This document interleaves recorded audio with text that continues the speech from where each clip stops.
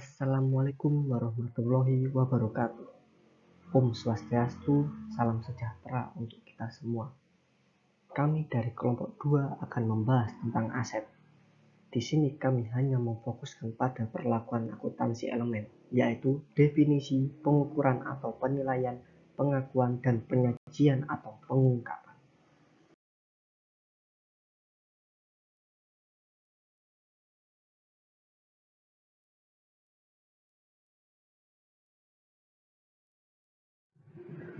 Saya Brilian Manusakerti Wibowo dengan NIM 2017101703113008 sebagai penyaji definisi dan karakteristik aset.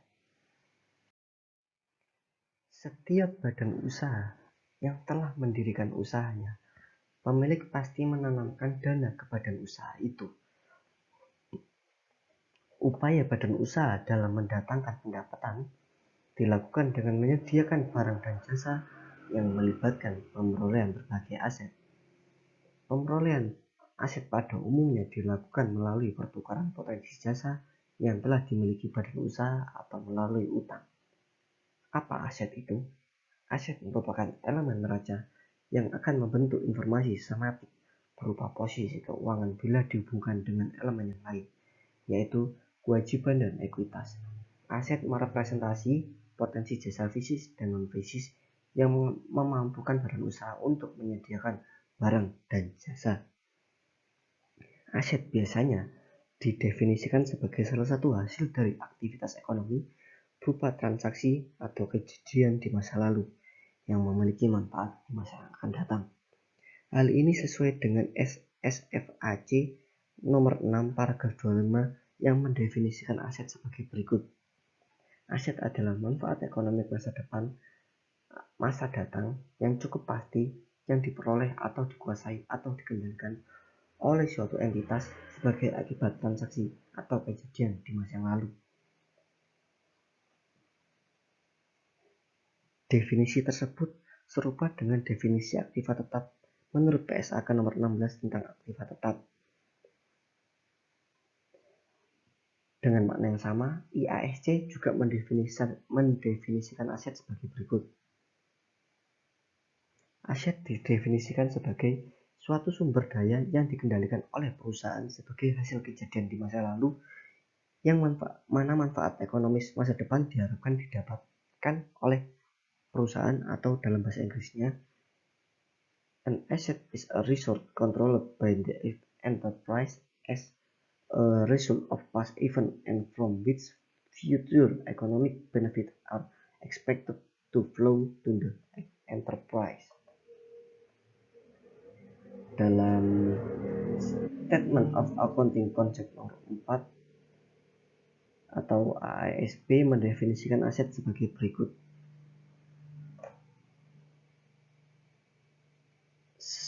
Aset adalah sebagai potensial jasa atau manfaat ekonomis yang dikendalikan oleh pelaporan entitas sebagai hasil transaksi masa lalu atau kejadian masa lalu lainnya. Kemudian menurut APB nomor 4, aset didefinisikan sebagai kekayaan ekonomi perusahaan termasuk di dalamnya pembebanan yang ditunda, yang dinilai dan diakui setiap prinsip akuntansi yang berlaku. Dan menurut ahli Ijri mendefinisikan aset sebagai sumber ekonomi karena adanya unsur kelangkaan sehingga suatu entitas harus dikendalikan dari akses pihak lain melalui transaksi ekonomi. Di sini kita dapat melihat adanya dua perbedaan memaknai aset, yaitu dari kubu pertama adalah kubu FASB dan ASB yang memaknai aset sebagai manfaat ekonomi. Kubu kedua adalah dari APB dan Ijri yang mendefinisikan aset sebagai sumber ekonomi.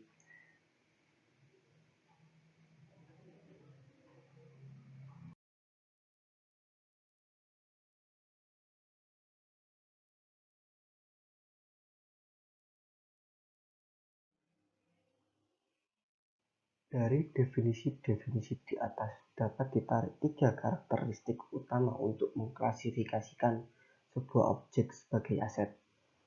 Adapun 3 karakteristik tersebut adalah: yang pertama, manfaat ekonomik; yang kedua, dikuasai oleh entitas; yang ketiga, akibat transaksi atau kejadian di masa lalu.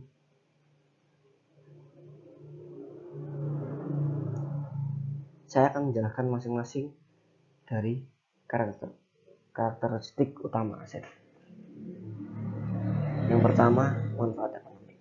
Agar bisa diklasifikasikan sebagai aset, di dalam sebuah objek harus terkandung manfaat ekonomi di masa mendatang yang cukup pasti. Manfaat ini setidaknya harus terukur dan dapat dikaitkan dengan kemampuannya untuk memperoleh pendapatan atau aliran kas di masa datang. Sehubungan dengan hal ini, FASB mengajukan 2 indikator yang harus dipertimbangkan dalam menilai apakah objek tertentu masih bisa disebut sebagai aset. Apakah suatu pos yang dikuasai oleh entitas usaha pada awalnya mengandung manfaat ekonomi di masa yang akan datang, atau apakah semua atau sebagian manfaat itu masih tetap ada pada saat penilaian. Kemudian yang kedua, selain mengandung manfaat ekonomi di masa mendatang yang cukup pasti, maka agar dapat disebut sebagai aset, sebuah objek atau pos tidak harus dimiliki oleh entitas, tetapi cukup dikuasai oleh entitas. Hal ini didasari oleh konsep dasar bahwa substansi mengungguli bentuk yuridis. Penguasaan dalam hal ini berarti kemampuan entitas untuk mendapatkan, memelihara, menahan, menukar, menggunakan manfaat ekonomi, dan mencegah akses pihak lain ke manfaat tersebut. Suarjono pada halaman 255. Pemilikan hanya salah satu cara untuk memperoleh penguasaan tersebut.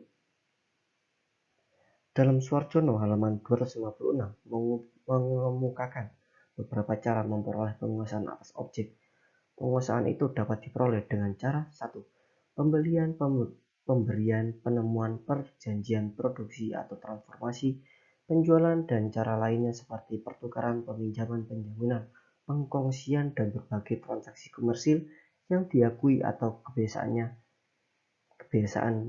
bisnis. Yang terakhir atau yang ketiga, karakteristik aset. Yang terakhir adalah akibat transaksi atau kejadian di masa lalu. Kriteria ini sebenarnya muncul untuk memenuhi definisi tetapi bukan untuk kriteria pengakuan. Pada kriteria ini, manfaat ekonomi harus didasari oleh adanya transaksi atau kejadian ekonomi. Misalnya, pada sektor pertanian, manfaat dan kenaikan nilai muncul karena pertumbuhan alamiah atau akresi. Meskipun objek tersebut telah dikuasai oleh entitas usaha, tetapi untuk mengakui objek tersebut sebagai hak milik harus didahului oleh adanya transaksi atau kejadian ekonomi. Kejadian ini berupa pengorbanan ekonomis yang telah dilakukan entitas bisnis dalam merawat aset tersebut, yaitu biaya, pengeluaran, atau beban. Transaksi atau kejadian ekonomis ini nantinya akan mempengaruhi besarnya nilai atau manfaat ekonomi dari aset. Kesimpulannya, kriteria ini merupakan syarat perlu tetapi bukan syarat cukup. Syarat perlu harus ditetapkan agar tidak terjadi pengakuan aset yang hipotetis. Suarjono di halaman 257.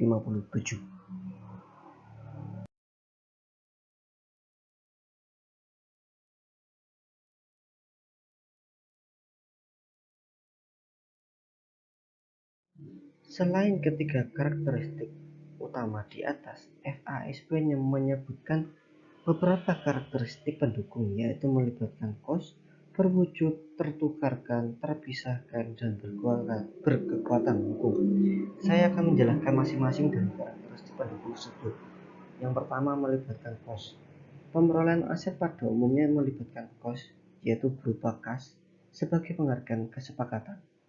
Bila kos terjadi karena pemerolehan suatu objek terjadi akibat pertukaran atau pembelian, objek tersebut lebih kuat untuk masuk sebagai aset. Yang kedua adalah berwujud. Bila suatu sumber ekonomi secara fisik dapat diamati, dia memang lebih kuat untuk disebut sebagai aset. Akan tetapi, keterwujudan tangibility-nya bukan kriteria untuk mendefinisikan aset. Objek-objek seperti hak paten, hak cipta, merek dagang, dan goodwill tetap dapat dimaksudkan sebagai aset meskipun tidak berwujud fisik. Pada umumnya, pos-pos tak berwujud yang masuk dalam kategori aset lancar tidak disebut sebagai aset tak berwujud. Yang ketiga adalah tertukarkan. Beberapa penulis mengajukan gagasan atau argumen bahwa untuk memenuhi syarat sebagai aset, suatu sumber ekonomi harus dapat ditukarkan sebagai sumber ekonomi lainnya. Dengan sumber ekonomi lainnya. Syarat ini diajukan dengan alasan bahwa manfaat ekonomi akan menjadi cukup pasti dan terukur kalau suatu sumber ekonomi mempunyai daya atau nilai tukar. Dengan kata lain, manfaat ekonomi diturunkan dari daya tukar. Syarat dan argumen ini disanggah karena manfaat ekonomi tidak hanya terletak pada daya tukar tetapi juga pada daya guna suatu objek untuk diproduksi. Misalnya mesin. Mungkin sekali tidak mempunyai daya tukar tetapi dapat digunakan untuk menghasilkan produk. Bahkan hampir sebagian besar aset manfaatnya didapat dari penggunaan daripada dari pertukaran. Kemudian yang keempat adalah terpisahkan. Syarat ini diajukan berkaitan dengan ketertukaran atau exchangeability. Untuk dapat ditukarkan suatu sumber ekonomi harus dapat dipisahkan dengan sumber ekonomi yang lain atau berdiri sendiri. Syarat ini diajukan oleh Chamber dengan alasan bahwa posisi keuangan harus ditentukan dengan pengukuran nilai berbagai aset dan kewajiban secara individual. Kalau syarat ini dimasukkan sebagai kriteria aset, goodwill tidak akan memenuhi syarat untuk disebut dan diakui sebagai aset. Chamber dan McNeil mengajukan syarat ini karena dia tidak setuju bahwa goodwill dimasukkan sebagai aset. Alasannya adalah pengukuran goodwill sangat subjektif dan hipotesis. Alasan lain adalah tujuan penyajian neraca adalah melaporkan nilai bersih aset dan bukan nilai perusahaan secara keseluruhan. Melampirkan goodwill atau semacamnya akan menyesatkan. Yang terakhir adalah berkekuatan hukum. Kemampuan suatu entitas untuk menguasai manfaat ekonomi akan timbul akibat hak-hak hukum. Meskipun demikian, hak tak sayang melekat pada hak hukum bukan merupakan syarat mutlak untuk mengakui adanya aset. Kalau suatu entitas dapat memperoleh dan menguasai manfaat dengan cara lain, sebagaimana dibahas sebelumnya, yaitu misalnya dengan cara perjanjian atau penemuan.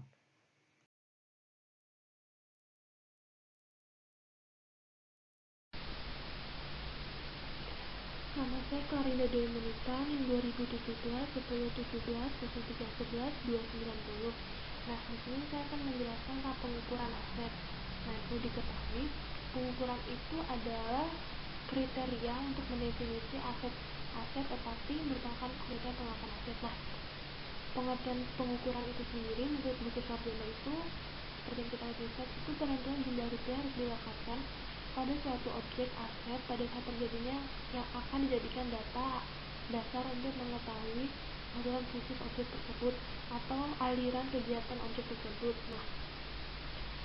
Nah, kos menjadi data dasar untuk mengikuti aliran kegiatan ekonomi suatu badan usaha. Nah, sebagai aliran informasi, kos itu punya 3 tahap perlakuan akuntansi yang mengikuti aliran bisnis, yaitu yang pertama itu pengukuran, pengakuan dan klasifikasi. Nah, terus yang kedua pencatatan berikutnya dalam rangka mengikuti aliran bisnis aset berupa alokasi distribusi dan penggabungan untuk kepentingan internal atau manajerial atau untuk kepentingan pengkosan atau pembiayaan produk. Itu sama dengan penelusuran. Kalau yang pertama tadi pengukuran saja, kalau yang kedua itu penelusuran.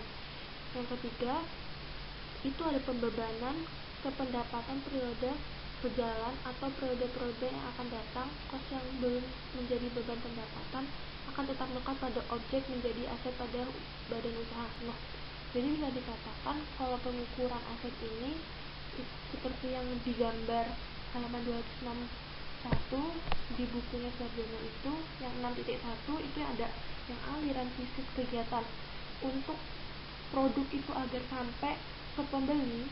Nah, itu ada biaya-biaya yang dilekatkan sebelum menjadi produk.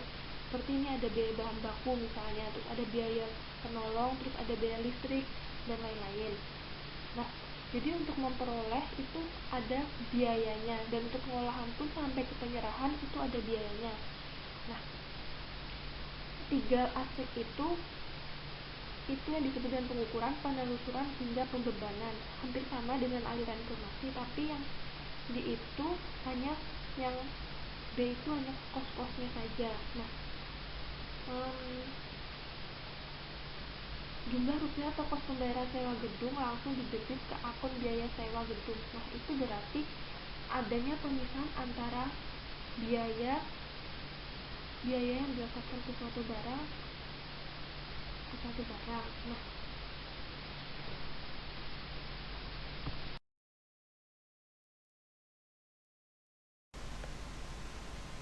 lalu yang kedua itu ada kos sebagai pengukur dan bahan olah akuntansi. Nah, kos sebagai pengukur dan bahan olah akuntansi itu kenapa seperti itu? Penghargaan sepakatan kos dalam transaksi antar pihak independen menjadi dasar pengukuran karena jumlah rupiah itu dianggap cukup terandalkan untuk mendekati atau mengaproksimasi dengan penghargaan kesepakatan. Nah, kenapa begitu?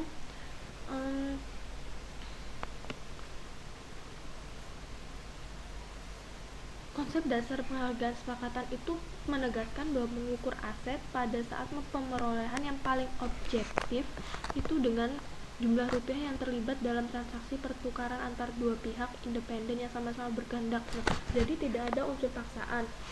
Nah, seperti yang di gambar 6.3 itu keterandalan kos atas dasar penghargaan sepakatan. Jadi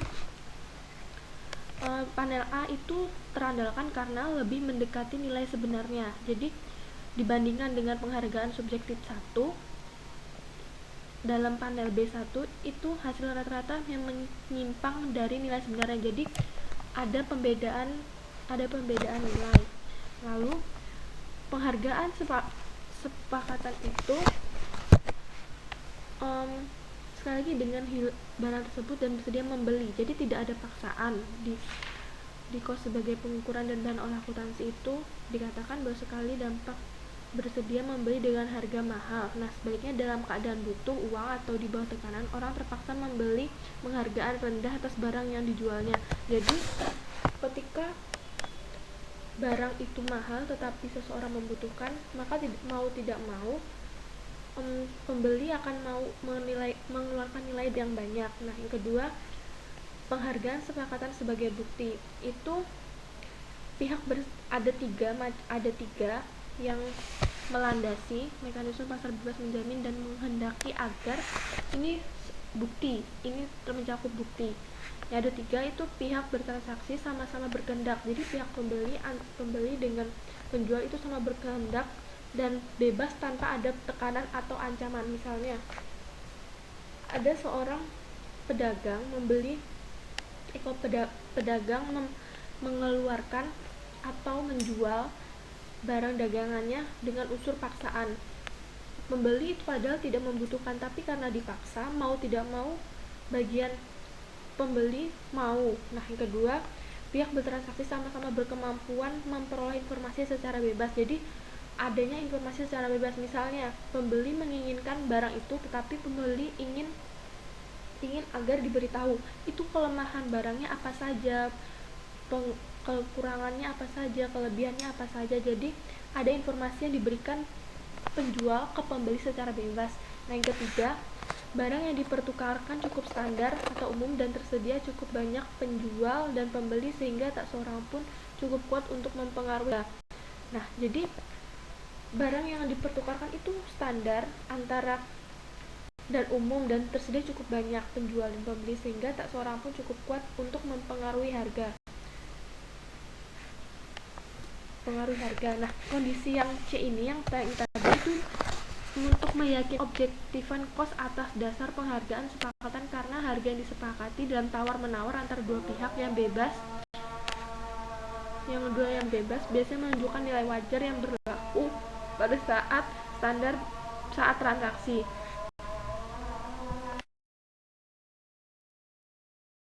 Lalu tiap kegiatan kan pasti ada melibatkan pengorbanan sumber ekonomi. Nah, oleh karena itu besar kecilnya kos atau biaya yang harus dicatat pertama kali sebagai pengukur suatu aset pada saat pemerolehan ditentukan oleh dua hal. Yang pertama ada batas kegiatan.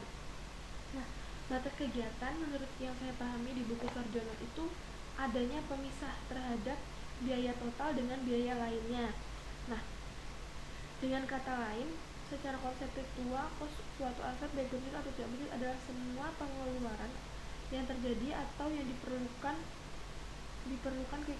akibat kegiatan pemerolehan suatu aset sampai ia ditempatkan dalam kondisi siap dipakai atau bersih dengan sesuai dengan tujuan pemerolehannya. Nah, misalnya tuh gini, di buku ada contohnya jumlah rupiah pengeluaran untuk balik nama pembelian di bidang tanah dan jumlah rupiah pengeluaran untuk mempersiapkan tanah tersebut harus dimasukkan sebagai kos total tanah tersebut. Nah, bila sebuah gedung dibangun sendiri dengan menggunakan fasilitas yang dimiliki perusahaan sendiri, maka yang perlu diperhatikan adalah bahwa semua jumlah rupiah yang terjadi yang cukup beralasan untuk dikaitkan dengan pembangunan gedung tersebut. Nah, jadi adanya pemisah antara uang pembangunan gedung seperti misalnya jasa arsitek dan pengeluaran tak langsung itu pasti kan adanya pemisah. Nah, itu makanya yang saya pahami yang batas kegiatan ini ada pemisah terhadap biaya total dengan biaya lainnya. Lalu yang kedua itu ada jenis penghargaan. Jenis penghargaan ini berkaitan dengan penentuan kos utama yang harus dicatat. Nah, agar penghargaan yang telah disetujui dapat dicatat dalam sistem akuntansi penghargaan tersebut harus dinyatakan dalam suatu uang. Nah, persyaratan jenis penghargaan ini akan mudah dilakukan kalau penghargaan tersebut berwujud uang tunai. Jadi akan lebih mudah suatu aset, pengukuran aset itu mudah dilakukan kalau berbentuk uang atau misalnya berbentuk gedung, pokoknya berbentuk. Lalu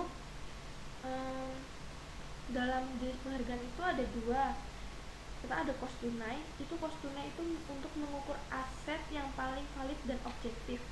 Sedangkan kos dalam barter itu di buku di halaman 267 bisa dibaca sendiri. Barter atau penukaran aset adalah pemerolehan aset hanya saat aset berwujud atau non moneter dengan penghargaan berupa aset berwujud atau non moneter lainnya.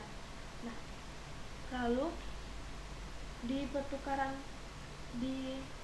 jenis penghargaan ini ada dasar penalaran atas teori yang tadi yang disebutkan prinsip penentuan kos aset yang diterima dalam barter pertukaran itu ada 5. Yang pertama, pertukaran tak sejenis tanpa pembayaran tombok. Yang kedua, pertukaran tak sejenis dengan pembayaran tombok. Yang ketiga, pertukaran sejenis tanpa pembayaran tombok. Yang keempat, pertukaran sejenis dengan pembayaran tombok. Pertukaran sejenis dengan penerimaan tombok. Nah, maksud dari prinsip-prinsip itu merupakan transaksi campuran, yaitu aset yang diserahkan sebagian ditukar dengan aset sejenis dan sebagian yang lain ditukar dengan aset tak sejenis. Nah, bisa dibaca sendiri. Lalu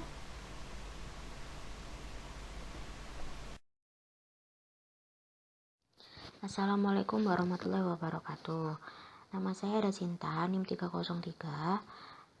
Di sini saya akan melanjutkan pembahasan mengenai aset, yakni saya akan menjelaskan tentang penilaian dari aset. Nah, sebelum kita mengetahui penilaian dari aset itu sendiri, dilihat dari buku Suharjono terdapat definisi dari pengukuran dan penilaian. Nah, untuk pengukuran itu sendiri adalah penentuan angka satuan pengukur terhadap suatu objek untuk menunjukkan makna tertentu objek tersebut. Nah, dapat dikatakan bahwa pengukuran ini merupakan proses penentuan angka untuk menunjukkan nilai dari suatu objek seperti barang atau jasa. Nah, karena unit moneter dijadikan satuan pengukur untuk menunjukkan makna ekonomik suatu objek, maka pengukuran dapat disebut dengan penilaian.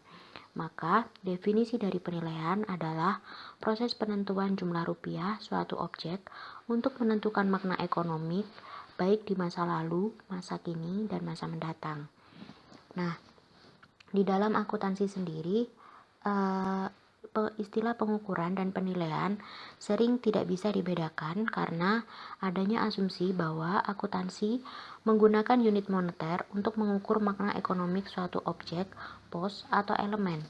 Nah, di dalam akuntansi sendiri, pengukuran biasanya digunakan untuk menunjukkan proses penentuan jumlah rupiah yang harus dicatat untuk objek pada saat pemerolehan.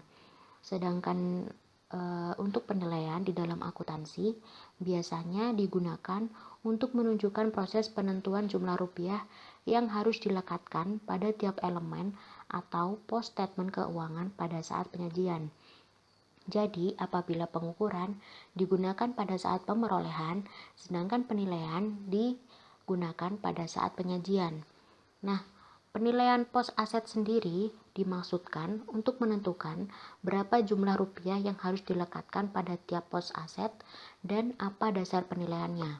Nah, dasar penilaian dari aset ini sendiri ada berbagai macam, seperti pada konsep dasar kontinuitas usaha, menempatkan aset sebagai sisa potensi jasa yang akan menjadi upaya dalam menghasilkan pendapatan, sehingga dasar penilaian yang paling menggambarkan makna tersebut adalah cost historis. Nah, karena adanya adanya berbagai macam atribut yang disandang oleh pos aset, maka dasar penilaian harus digunakan dalam penyajian agar informasi semantik yang dikandung berpaut relevan bagi pemakai statement keuangan.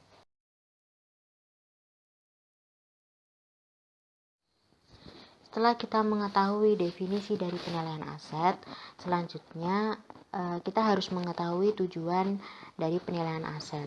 Nah, aset merupakan elemen pembentuk posisi keuangan sebagai informasi semantik bagi investor dan kreditur. Maka dari itu, tujuan penilaian aset harus berpaut dengan tujuan pelaporan keuangan. Nah, tujuan pelaporan keuangan itu sendiri adalah menyediakan informasi yang dapat membantu investor dan kreditur dalam menilai jumlah, saat, dan ketidakpastian aliran kas bersih ke badan usaha. Oleh karena itu, dasar penilaian aset akan relevan kalau penilaian tersebut dikaitkan dengan aliran kas ke badan usaha. Nah, aliran kas bersih ke badan usaha ini dapat diprediksi melalui informasi semantik, seperti posisi keuangan, profitabilitas, likuiditas, dan solvensi yang penentuannya melibatkan penilaian aset. Nah, jadi tujuan dari penilaian aset adalah merepresentasi atribut pos-pos aset yang berpaut dengan tujuan pelaporan keuangan dengan menggunakan basis penilaian yang sesuai. Selanjutnya akan dibahas mengenai konsep dan basis penilaian dari aset ini sendiri. Nah, karena aset merupakan komponen penentu posisi keuangan pada saat tertentu, maka basis pengukuran untuk menilai aset yang paling valid adalah nilai pertukaran atau yang biasa kita sebut dengan harga. Nah, nilai pertukaran dijadikan basis penilaian karena dianggap objektif sehingga memenuhi kualitas keterandalan informasi. Nah, nilai pertukaran sendiri dapat dipandang dari dua sisi, yakni pertukaran saat perolehan aset dan pertukaran saat aset tersebut dimanfaatkan, digunakan, ataupun dijual. Nah, nilai pertukaran yang diperoleh atas dasar saat aset itu diperoleh, maka disebut dengan nilai masukan. Nah, tetapi apabila nilai pertukarannya diperoleh saat aset tersebut dimanfaatkan, digunakan, atau dijual, maka disebut dengan nilai keluaran. Nah, selanjutnya mengenai dimensi waktu dan arah, dikatakan dalam buku Suharjono, menurut Hendriksen dan Van Breda, ada 6 basis pengukuran yang dihasilkan, yakni kos historis, kos pengganti, kos harapan, harga jual masa lalu, harga jual sekarang, dan nilai terrealisasi harapan. Nah, hubungan basis pengukuran dalam dimensi waktu dan aliran aset dapat kalian lihat di halaman 276 pada gambar 6.4. Nah, pada gambar 6.4 itu dapat diketahui bahwa apabila terjadi nilai masukan di masa lalu, maka menggunakan basis pengukuran kos historis. Nah, apabila terjadi nilai masukan di masa sekarang, maka basis pengukurannya menggunakan kos pengganti. Nah, apabila menggunakan nilai masukan untuk masa mendatang, maka basis pengukurannya menggunakan kos harapan. Nah, untuk nilai keluaran sendiri, apabila terjadi nilai keluaran di masa lalu, maka didasarkan pada harga jual masa lalu. Sedangkan apabila terjadi nilai keluaran pada masa sekarang, maka didasarkan pada harga jual sekarang. Nah, apabila terjadi nilai keluaran di masa yang akan datang, maka basis pengukurannya adalah nilai terrealisasi harapan. Nah, penilaian aset harus berpaut relevan dengan aliran kas bersih. Nah, maka dari itu pemilihan nilai masukan atau keluaran untuk penilaian pos aset harus dipertimbangkan bersamaan dengan kualitas ketepatan penyimbolan atribut pos yang bersangkutan. Nah, apabila ada aliran kas aset yang keluar atau dijual, maka didasarkan pada nilai keluaran. Nah, apabila terdapat aliran kas yang diperoleh atau masuk, maka menggunakan nilai masukan. Nah, di halaman 277 pada gambar 6.5 di situ digambarkan secara diagramatis nilai pertukaran sebagai basis penilaian. Nah, apabila terjadi perolehan aset dan tidak ada bukti nilai keluaran yang terandalkan sebagai indikasi penerimaan kas masa datang, maka menjadi nilai masukan. Nah, sebaliknya apabila terjadi penjualan dan tersedia bukti keluaran yang terandalkan bagi penerimaan kas di masa yang mendatang, maka didasarkan pada nilai keluaran. Nah, jadi dapat disimpulkan bahwa konsep dari masukan adalah transaksi pertukaran saat memperoleh suatu aset, sedangkan konsep dari keluaran adalah transaksi pertukaran saat menjual aset. Nah, karena kita sudah mengetahui bahwa basis penilaian dari aset adalah nilai pertukaran, dan nilai pertukaran tersebut ada dua, yakni nilai masukan dan nilai keluaran. Nah, di sini saya akan membahas salah satu dari kedua nilai pertukaran tersebut, yakni saya akan membahas tentang nilai masukan. Nah, berdasarkan konsep sebelumnya, maka nilai masukan dapat didefinisikan sebagai jumlah rupiah yang harus dikeluarkan atau dikorbankan untuk memperoleh aset atau objek jasa tertentu yang masuk dalam unit usaha. Nah, tetapi nilai masukan ini merupakan alternatif nilai keluaran untuk objek jasa bila memang tidak ada pasar objek tersebut, sehingga nilai keluaran tidak dapat diukur dengan cukup pasti dan andal. Nah, nilai masukan ini mengapa dianggap sebagai alternatif dari keluaran?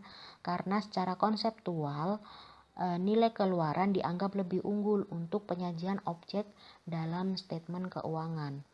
Nah, Sebagai alternatif dari nilai keluaran, nilai masukan menunjukkan secara konservatif nilai maksimum objek jasa atau pos aset bersangkutan.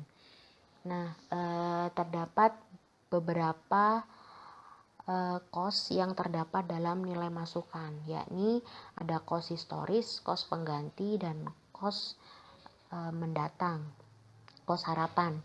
Nah, untuk cost historis sendiri memiliki definisi, yakni merupakan sebagai nilai masukan yang merupakan pengukur potensi jasa yang paling objektif untuk pos aset yang baru diperoleh. Nah, cost historis sendiri memiliki kelebihan, yakni penilaiannya dapat diuji karena didasarkan pada kesepakatan dua pihak yang independen. Nah, karena penilaian dari cost historis ini dapat diuji, maka informasi yang terdapat di dalam cost historis ini menjadi reliable atau dapat diandalkan. Nah, tetapi cost historis juga memiliki kekurangan, yakni penggunaan dari cost historis ini menjadi kurang bermanfaat karena nilai aset itu selalu berubah disebabkan karena perubahan daya beli atau adanya perubahan harga. Nah, di dalam cost historis ini sendiri terdapat 3 konsep, yakni cost bijaksana, cost standar, dan cost asli. Cost bijaksana ini secara singkatnya adalah cost yang banyak digunakan dalam penentuan tarif layanan publik dengan alasan bahwa demi kepentingan publik, cost ketidaknormalan tidak selayaknya dialihkan ke publik atau pelanggan. Jadi, cost bijaksana ini adalah cost yang digunakan dalam penentuan tarif seperti itu. Nah, untuk cost standar yakni cost yang seharusnya terjadi dalam suatu proses produksi. Nah, cost ini biasanya diterapkan dalam perusahaan untuk pengendalian manajemen dan dapat digunakan sebagai pengukur aset sediaan barang. Nah, tetapi cost standar ini memiliki kelemahan seperti cost historis, yakni cost standar ini tidak selalu merefleksi nilai aktual karena cost standar yang didasarkan pada kondisi ideal tidak memperhitungkan ketidakefisienan yang dianggap normal dalam suatu proses produksi. Nah, selanjutnya untuk cost asli sendiri adalah cost yang melekat pada suatu aset perusahaan yang mana aset tersebut dibeli oleh perusahaan dari perusahaan lain. Nah, dapat saya katakan di sini bahwa cost asli adalah harga perolehan karena cost tersebut melekat pada aset perusahaan ketika aset tersebut dibeli dari perusahaan lain. Nah, tetapi cost asli ini tidak relevan untuk tujuan penilaian aset karena tidak merefleksi penghargaan sepakatan. Nah, kategori nilai masukan yang selanjutnya yaitu cost pengganti. Cost pengganti atau cost masukan sekarang adalah cost sekarang atau cost saat ini yang menunjukkan jumlah rupiah harga pertukaran atau kesepakatan yang diperlukan oleh suatu unit usaha untuk memperoleh aset dengan jenis dan kondisi yang sama atau dengan pengganti yang setara. Nah, dasar penilaian ini sering digunakan untuk penilaian sediaan barang, walaupun jenis aset yang lain dapat pula dinilai dengan dasar ini. Cost pengganti ini hampir sama konsepnya dengan cost standar sekarang. Cost standar sekarang sendiri memiliki definisi berapa jumlah cost yang seharusnya digunakan untuk menghasilkan suatu produk dengan kondisi, harga, dan efisiensi saat ini. Tetapi cost pengganti juga berbeda dengan cost standar sekarang karena cost pengganti hanya didasarkan pada harga sekarang, tetapi masih tetap didasarkan pada teknologi dan efisiensi di masa lalu. Nah, terdapat beberapa alternatif penilaian lain yang masuk dalam kategori cost pengganti atau nilai pengganti ini, yakni nilai penaksiran, nilai wajar, dan nilai terrealisasi neto dikurangi laba normal. Nah, nilai penaksiran sendiri adalah nilai taksiran kos sekarang yang ditentukan dengan prosedur dan analisis sistematik oleh pihak independen yang kompeten. Nah, nilai penaksiran ini bisa disebut juga dengan nilai buku sekarang, yakni mempresentasi nilai masukan sekarang aset tetap bersangkutan.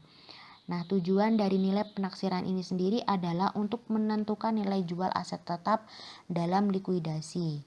Nilai penaksiran akan merepresentasi nilai keluaran sekarang aset tetap bersangkutan. Nah, nilai penaksiran ini lebih objektif dibanding nilai pengganti yang ditentukan oleh manajemen karena tidak ditentukan oleh pihak luar yang independen. Sebagai nilai masukan, nilai penaksiran mempunyai kelemahan yang sama dengan nilai konsistoris karena sekali ditentukan tidak menjadi konsistoris. Nah, untuk nilai alternatif yang lain yakni terdapat nilai wajar. Nilai wajar adalah jumlah yang dapat diterima untuk suatu objek dalam suatu transaksi antara pihak-pihak yang berkehendak bebas tanpa paksaan. Nah, nilai wajar ini nilai aset yang menghasilkan imbalan atau tingkat kembalian yang wajar kalau laba yang wajar telah ditetapkan. Nah, pengertian khusus ini hanya diterapkan dalam konteks penentuan tarif untuk perusahaan layanan publik. Jadi, pengertian nilai wajar secara khusus ini lebih merupakan prosedur daripada basis penilaian dan lebih berkonotasi sebagai nilai masukan. Nah, untuk alternatif nilai yang lain adalah nilai terrealisasi neto dikurangi laba normal, yakni nilai yang diharapkan merepresentasi kos pengganti apabila data untuk menentukan kos pengganti tidak tersedia. Untuk kategori nilai masukan yang terakhir yakni kos harapan. Kos harapan memiliki definisi yaitu suatu pengorbanan ekonomi di masa yang akan datang seandainya potensi jasa aset diperoleh secara bagian demi bagian dan tidak sekaligus atau lamsam. Nah, untuk dapat menggunakan dasar penilaian ini tentu saja harus ada alternatif pemerolehan aset secara bagian demi bagian sebagai pembanding dan dapat diketahui dengan pasti kos masa mendatang tiap bagian tersebut. Nah, apabila tidak ada alternatif semacam itu, maka penilaian ini dianggap hanya bersifat hipotesis belaka seperti itu. Nah, apabila pemerolehan aset dilakukan secara utang, maka utang yang disepakati beserta angsurannya dapat dijadikan pengganti untuk kos potensi jasa di masa yang akan datang. Jadi, dapat dikatakan bahwa kos harapan aset adalah nilai sekarang pembayaran kas di masa mendatang. Itu saja penjelasan dari saya mengenai nilai masukan. Untuk nilai keluaran akan dijelaskan oleh teman saya selanjutnya. Terima kasih. Nama saya Lalika Listiana Lestari, NIM saya 2017-2003-03-11320. Di sini saya akan menjelaskan tentang nilai keluaran dan kos atau pasar yang lebih rendah. Nah, pertama-tama saya akan menjelaskan tentang nilai keluaran. Nilai keluaran itu sendiri didasarkan atas jumlah rupiah kas atau non-kas yang diterima suatu unit usaha apabila suatu aset atau potensi jasa akhirnya keluar dari kesatuan usaha melalui pertukaran atau konversi. Nah, secara umum penilaian ini lebih melekat pada aset yang tujuannya dijual atau diubah menjadi kas dan bukan juga digunakan untuk kegiatan produksi. Lalu berikut ini adalah berbagai dasar penilaian yang dapat digunakan dan tiap pos aset juga dapat dinilai menurut dasar yang paling sesuai dengan tujuan pelaporan tiap pos. Yang pertama ada harga jual masa lalu. Nah, harga jual masa lalu itu merupakan salah satu bentuk khusus penilaian yang disebut nilai terrealisasi neto.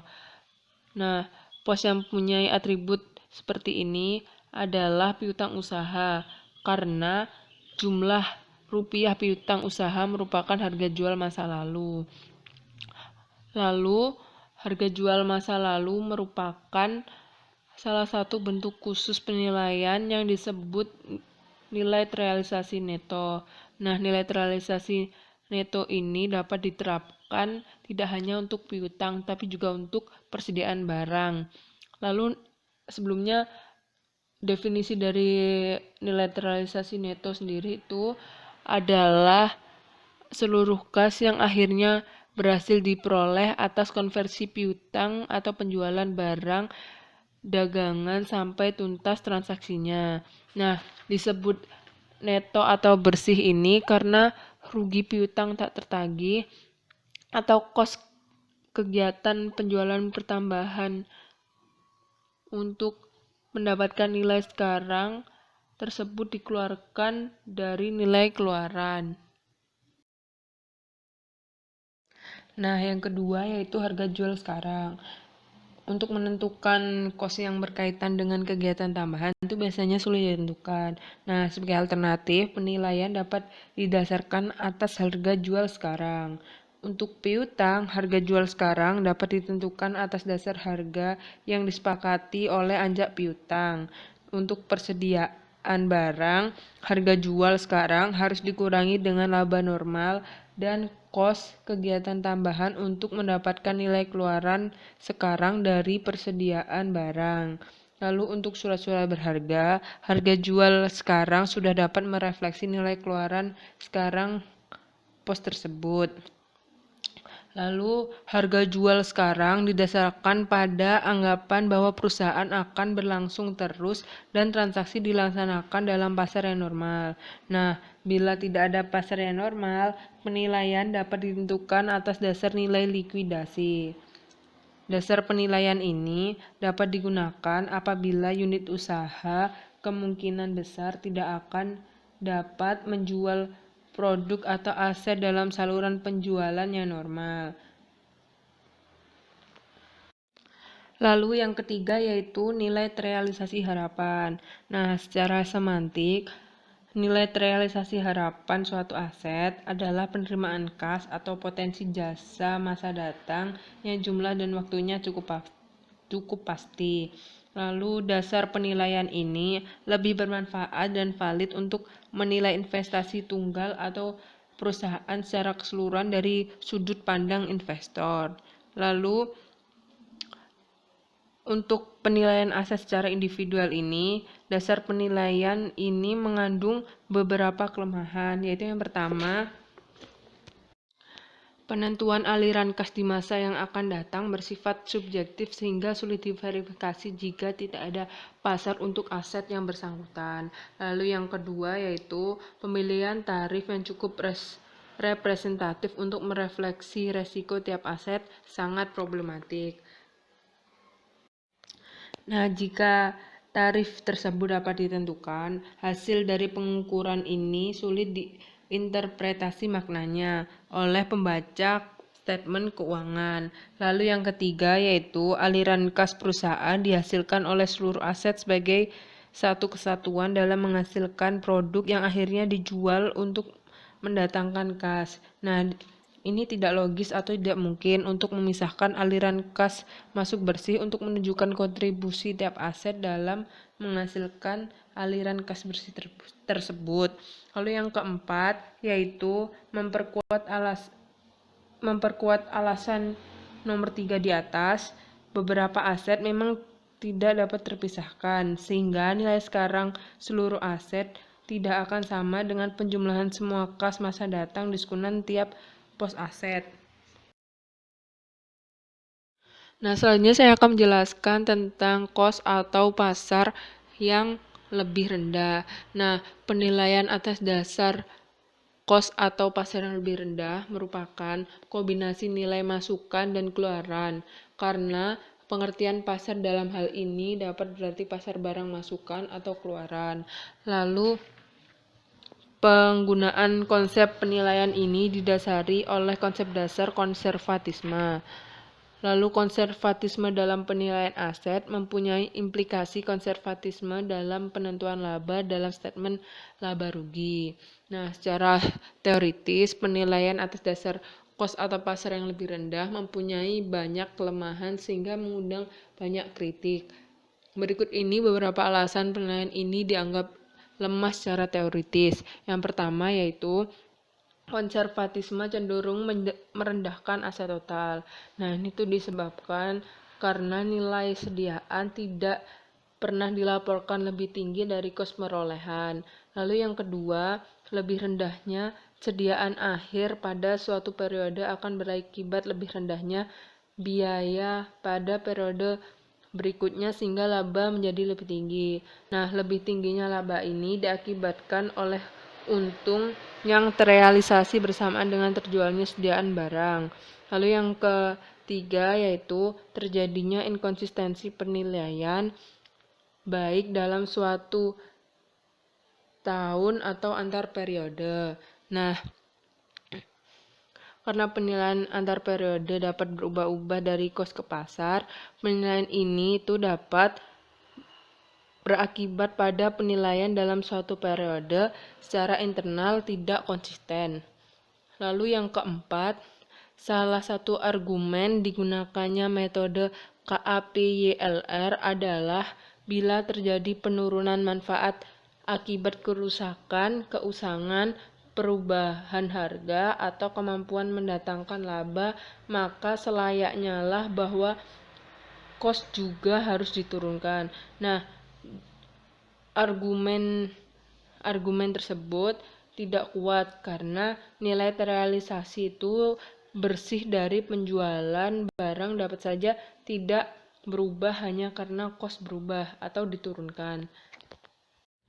Nah, metode KAPYLR ini sebenarnya merupakan penilaian atas dasar kos pengganti untuk merefleksi nilai pasar masukan. Lalu dengan kos pengganti melalui metode KAPYLR, perusahaan dapat mempertahankan tingkat laba kotor penjualan normal. Nah, tapi penurunan kos pengganti tidak selalu disertai dengan penurunan manfaat ekonomik, sehingga penerapan metode KAPYLR ini dibatasi agar penilaian atas dasar pasar tidak terlalu rendah.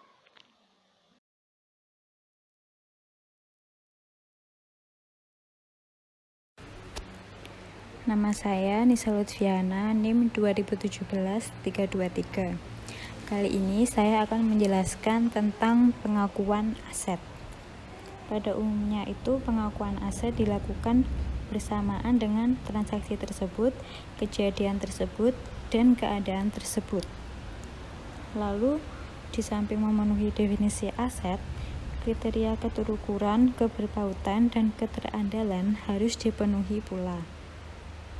Lalu dengan mengutip Bill Cowiu menunjukkan kondisi perlu dan kondisi cukup yang merupakan penguji tes yang cukup rinci untuk mengakui aset yang disebut juga dengan kaidah pengakuan. Kaidah pengakuan itu terdiri dari 6. Yang pertama itu deteksi adanya aset. Maksudnya harus ada transaksi yang menandai timbulnya aset tersebut. Lalu sumber ekonomik dan kewajiban.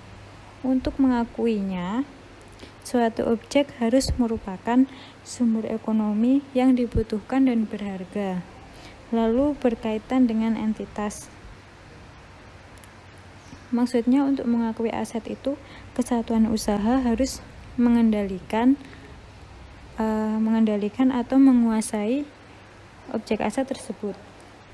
Lalu mengandung nilai. Suatu objek harus mempunyai manfaat secara moneter. Lalu ada berkaitan dengan waktu pelaporan. Untuk mengakui aset tersebut, semua pengujian di atas harus dipenuhi pada tanggal pelaporan. Lalu ada verifikasi. Verifikasi itu maksudnya harus ada bukti pendukung untuk meyakinkan bahwa kelima pengujian di atas dapat dipenuhi. Lalu kaidah tersebut itu perlu karena kriteria pengakuan sifatnya konseptual dan umum.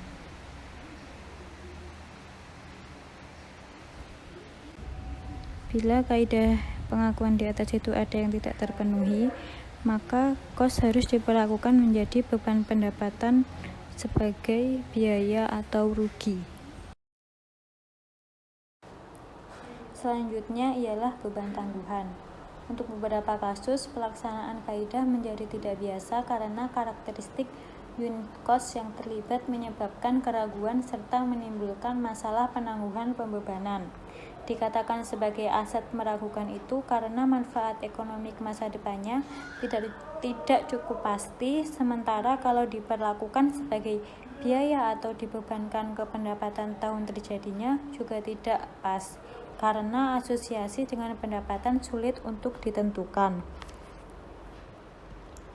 Lalu contoh-contoh kos semacam itu ditampung dalam satu pos yang disebut dengan beban tangguhan. Macam-macam kos yang tergabung dalam beban tangguhan itu, yang pertama sewa guna, bunga selama masa konstruksi aset tetap, riset dan pengembangan, eksplorasi minyak dan gas, rugi selisih kurs valuta asing atau penjabaran valuta asing, sumber daya manusia, dan kos organisasi. Selanjutnya saya hanya akan menjelaskan dua kos, yaitu kos sewa guna dan kos bunga selama masa konstruksi aset tetap.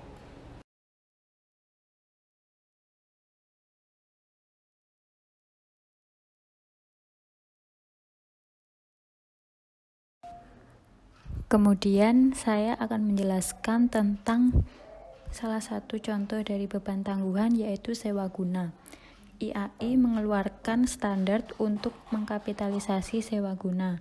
Kriteria yang diajukan adalah sebagai berikut, yaitu A, B, dan C.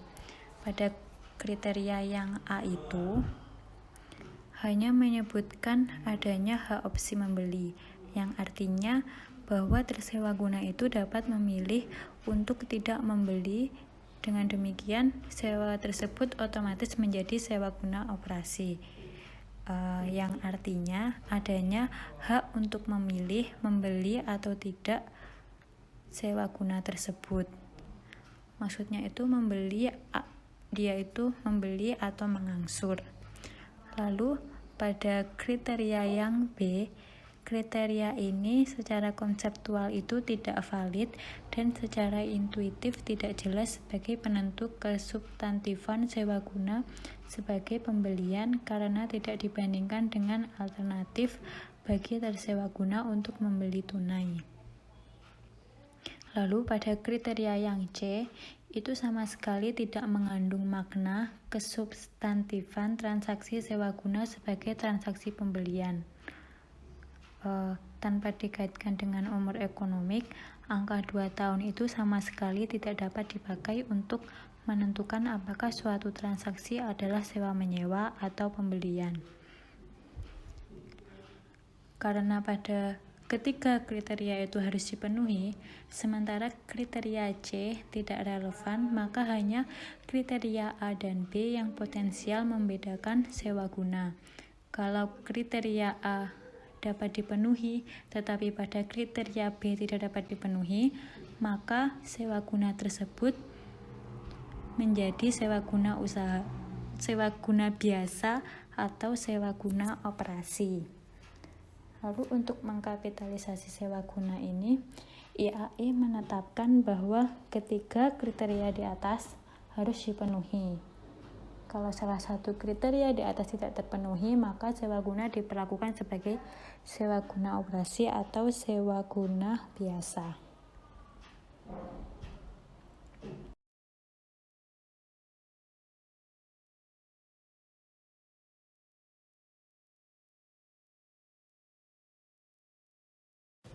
Selanjutnya saya akan menjelaskan tentang kos-kos beban tangguhan yang kedua, yaitu kos bunga. Masalah pada kos bunga ini, jika perlakuan kos bunga sebagai unsur kos fasilitas gedung atau pabrik yang dibangun sendiri, Jika melakukan dana pinjaman dan pembangunannya memakan waktu yang lama, masalahnya adalah apakah kos bunga selama masa pembangunan dapat dikapitalisasi. Lalu setelah membaca pada argumen pendukung dan argumen penolaknya, maka saya akan menjelaskan tentang alternatif perlakuannya. Alternatif perlakuannya itu mendapatkan 3 kesimpulan. Yang pertama itu bunga tidak dikapitalisasi dan diperlakukan sebagai biaya periode. Yang kedua, bunga dikapitalisasi dan dimasukkan sebagai bagian dari kos fasilitas fisik yang dibangun sendiri.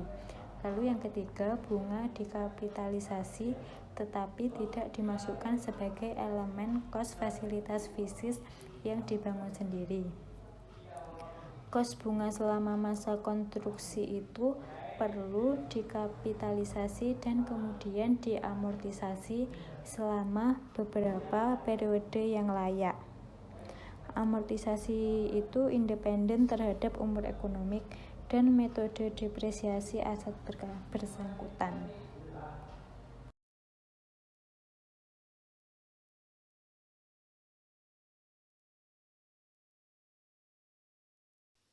Saya Akila Fadia Haya, NIM 2017-109 akan melanjutkan presentasi dari teman saya.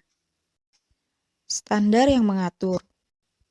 Dikarenakan berbagai alternatif perlakuan kos bunga, sehingga menuntut adanya standar akuntansi yang menjadi acuan praktik, agar statement keuangan menjadi mudah dilakukan dan bermakna. Secara konseptual, kos bunga selama konstruksi dikapitalisasi, tetapi perlu adanya syarat-syarat yang harus dipenuhi yang berkaitan dengan jenis aset yang dapat dilekati kos bunga, besarnya kos bunga yang dikapitalisasi, dan periode kapitalisasi. Perlakuan kos bunga diatur dalam Standar Akuntansi Keuangan PSAK nomor 26, biaya pinjaman. Dalam standar ini yang dimaksud biaya pinjaman tidak terbatas pada kos bunga, tetapi meliputi pula amortisasi diskonto atau premium yang terkait dengan pinjaman kos lain yang terkait dengan peminjam seperti kos konsultan dan tarif kesanggupan. Aset memenuhi syarat. Kos bunga memang dapat dikapitalisasi untuk semua aset yang periode pemerolehannya cukup lama. Akan tetapi, tidak dalam setiap pemerolehan aset dilakukan kapitalisasi bunga yang terlibat. Salah satu faktor yang harus dipertimbangkan adalah manfaat yang dapat diperoleh dengan adanya kapitalisasi tersebut, dibandingkan dengan mengurangkan langsung kos bunga sebagai biaya periode terjadinya. Standar akuntansi menentukan aset yang memenuhi syarat, cukup disebut aset memenuhi, untuk dilekati kos bunga yang dalam PSAK nomor 26 disebut aset tertentu.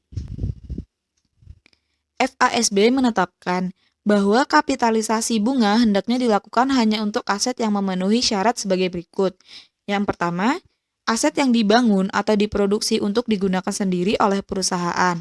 Yang kedua, aset dibangun atau diproduksi dengan tujuan untuk dijual sebagai suatu unit atau proyek yang berdiri sendiri terpisah dari kegiatan operasi lainnya. Yang ketiga, investasi jangka panjang, ekuitas, pinjaman, dan penanaman kas yang diperlakukan dengan metode ekuitas, sementara terinvestasi sedang melakukan kegiatan pembangunan fasilitas fisik, asalkan kegiatan tersebut menggunakan dana investasi itu untuk memperoleh fasilitas fisik tersebut. Sediaan barang yang diproduksi secara rutin atau diproduksi secara massal dan berulang-ulang tiap periode tidak memenuhi syarat untuk menjadi objek kapitalisasi bunga.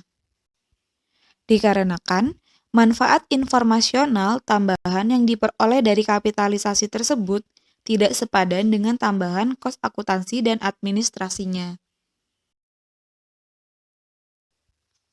Besarnya kapitalisasi bunga. Besarnya bunga yang harus dikapitalisasi adalah bagian dari kos bunga yang terjadi selama periode-periode pemerolehan aset yang secara teoritis dapat dihindari seandainya kesatuan usaha tidak membangun fasilitas fisik yang bersangkutan. Jumlah rupiah bunga yang dikapitalisasi dalam suatu periode akuntansi selama periode pemrolehan adalah tingkat bunga atau tarif kapitalisasi dikalikan dengan rata-rata pengeluaran dana untuk konstruksi selama periode akuntansi tersebut. Jumlah rupiah bunga total yang dikapitalisasi tentu saja tidak boleh melebihi jumlah rupiah bunga total yang terjadi dalam periode tersebut. Periode kapitalisasi. Periode kapitalisasi dimulai ketika 3 kondisi berikut dipenuhi. Yang pertama, pengeluaran untuk membangun aset telah dilakukan atau terjadi. Yang kedua, kegiatan-kegiatan yang diperlukan untuk menyelesaikan pembangunan sampai siap dipakai masih berlangsung. Yang ketiga, kos bunga telah terhimpun atau terjadi bersama dengan berjalannya pembangunan aset. Kapitalisasi bunga dapat terus dilakukan untuk tiap periode akuntansi selama ketiga kondisi di atas terpenuhi.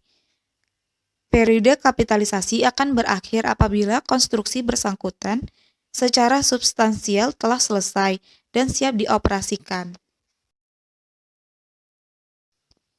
Pengungkapan. Bila sebagian atau seluruh bunga dikapitalisasi, tentu saja akan ada sebagian informasi bunga yang hilang. Oleh karena itu, perlu adanya pengungkapan tentang hal ini, sehingga statement keuangan tidak menyesatkan. Hal-hal berikut ini harus diungkapkan sebagai penjelas statement keuangan agar statement keuangan tetap informatif. Yang pertama, bila tidak ada kos bunga yang dikapitalisasi, total bunga yang terjadi selama periode dan dibebankan sebagai biaya periode tersebut. Yang kedua, bila sebagian kos bunga dikapitalisasi, bunga total yang terjadi dan bagian yang dikapitalisasi. Penyajian. Prinsip akuntansi berterima umum memberi pedoman penyajian dan pengungkapan aset sebagai berikut. Yang pertama, aset disajikan di sisi debit atau kiri dalam neraca berformat akun, di bagian atas dalam neraca berformat laporan. Yang kedua, aset diklasifikasi menjadi aset lancar dan aset tetap. Yang ketiga, aset diurutkan penyajiannya atas dasar likuiditas atau kelancarannya. Yang paling lancar dicantumkan pada urutan pertama. Yang keempat, kebijakan akuntansi yang berkaitan dengan pos-pos tertentu harus diungkapkan. Misalnya metode depresiasi, aset tetap, dan dasar penilaian sediaan barang.